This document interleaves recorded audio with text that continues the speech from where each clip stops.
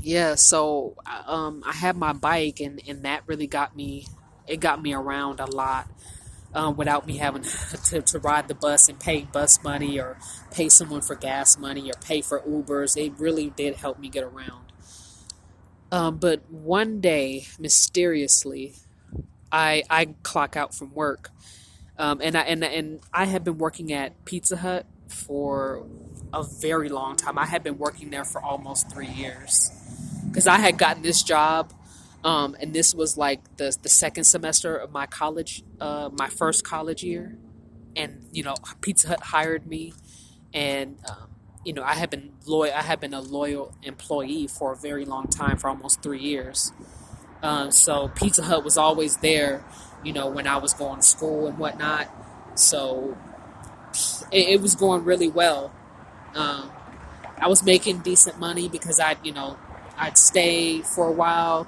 They really worked with me. They worked with my school schedule. They worked with, whatever I had going on in my personal life. If I called them and I let them know what was going on, they really did work with me and they helped me through college. I was a loyal employee there. I would always make sure I get there on time, make sure I was no more than 15 minutes late. And like I said, me having that bike, it really helped me not have to depend on my family members to take me at work. It really helped me not have to depend on my coworkers to take me at work. It really got me far. It really got me far. But one day, I clocked out from a long day of work. I had worked a long 12-hour shift, and I come outside, and it's like, what, 12 midnight, 1 o'clock in the morning, and I see that my bike is completely totaled. And the way that it was destroyed, I took pictures of it, but the phone that I had that I took pictures of, it got stolen. And you know how, like, when you get one phone stolen, you can still transfer all of your information to another phone? Well, I wasn't able to do that. These specific photos were mysteriously have had mysteriously gone missing. Seems awfully coincidental, but yeah, the pictures that I had taken of my bike that was destroyed, um, they came up missing. So when I got off work, the chain had like snapped. The chain snapped. The bike, it was bent in half. Like like somebody got a four-wheel drive and drove it strove straight into it, and it looked like they had not only like hit the bike, unhooked it, and then ran over it. Like it just looked like it was a complete mess. Like somebody had got a truck and hit it over and over and over again, and then when it fell on the ground, they ran it over because the bike was bent from, like, the bars that connect the wheel. It was bent in half, like it was bent, like somebody like bent a hula hoop. Like, how when you bend a hula hoop, how it bends. That's how my bike looked. The wheel was bent. Like I don't know. Like it didn't look like any other like bike where you just run it over and that's it. It was completely destroyed. I'd never seen a bike look that messed up. The chain snapped, the wheels were bent, the handlebars, like they had it had fallen off. It was like barely hanging on by a string. I had never seen a bike that totaled in my life. Like somebody had to have ran over it a bunch of times. Like, and they made sure that it was like beyond repair. Like I couldn't go to the bike shop and repair it. Like, this is a situation where they made sure that there was nothing that could have been done.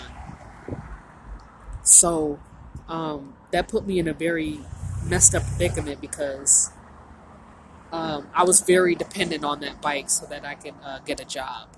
I mean, get a car at the time. That bike was helping me save money so that I can get a car. And I was, I had a plan or whatever. So I was like literally about 2 weeks away from getting a car. I was 2 weeks away from getting a car. And my bike got destroyed, completely destroyed. And it set me back because I had to spend so much money on Ubers to get rides from, where I was sleeping to work. And then I had to get rides from there to handle other business, and my bike would just get me there quickly. And I just remember at the time Ivan offering to pay for Ubers to get me to work. And I was like, at that point, I was spending so much money on Ubers that I had no other choice but to accept his help. So I was like, you know what? It would be like at the time, because I didn't suspect him to be it.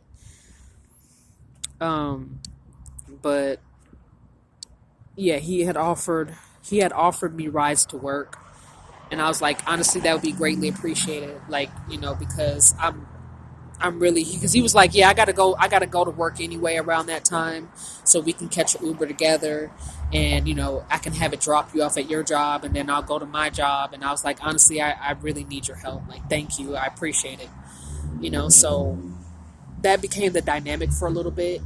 But then he switched to the morning shift, and well, no, wait, let me see, because he worked afternoons at first. No, he didn't. I'm sorry. Let me scratch out that detail, because he didn't start morning shifts until later. I've jumped a little bit ahead of myself. So he worked around the same time that I did. Um, but he had to go to work just a little bit later. But I had to go to work like an hour before he did. So it was, I guess it was kind of convenient for him to get me to work on time first, because he was working at the airport, and it was like a 30-minute drive. So it was kind of like I was right up the way anyway. So it worked for a while, but then at a certain point in time, he just stopped giving me rides to work. Um, I don't know. He started, like, he kind of just started stonewalling me, and I was like, hey, it's okay if you can't give me rides. I'll have to figure it out on my own, but just let me know, because you offered, and it puts me in a very bad position, because if I'm telling my boss I'll be there in 5 minutes, and you haven't even called the Uber, that I stand at a risk of losing my job. But these were moments where he kind of did the same thing that he did earlier, when the whole group confronted him about his behavior and how he would offer to do certain things but not pull through. He would just sit there. A lot of times he would either deny it, or he would kind of dance around the truth, or there was no accountability whatsoever.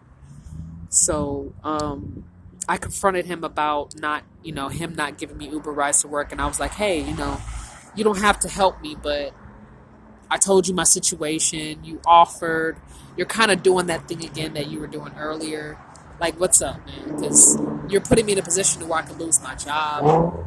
Like, what's up? No answer.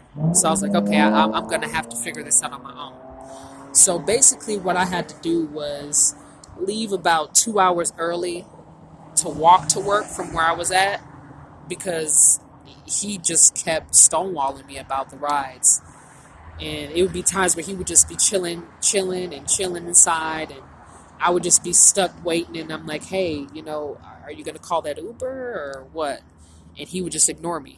So I'm like, okay, I'm going to have to start distancing myself from him at some point, and figure out a place to stay, because if I go back at my mom's house, there's no telling what would happened. Like, I was in danger.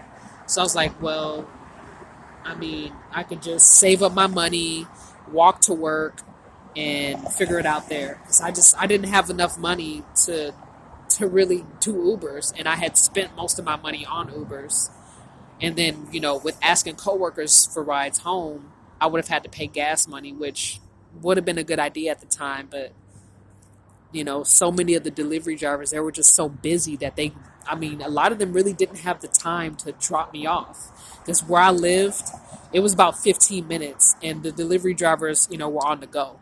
So it's like I kind of had to wait for them to get off work, and it ended up working in my favor. But let's just say him offering to do Ubers and kind of stonewalling me held me back. And then, like I said, it just seems awfully coincidental that the one reliable source that I had to get back and forth from where I was sleeping to handling business was destroyed, and it just seems extremely coincidental. So when I came outside for work and I stepped outside, there was like graffiti spray paint that said EOC. I looked up that acronym.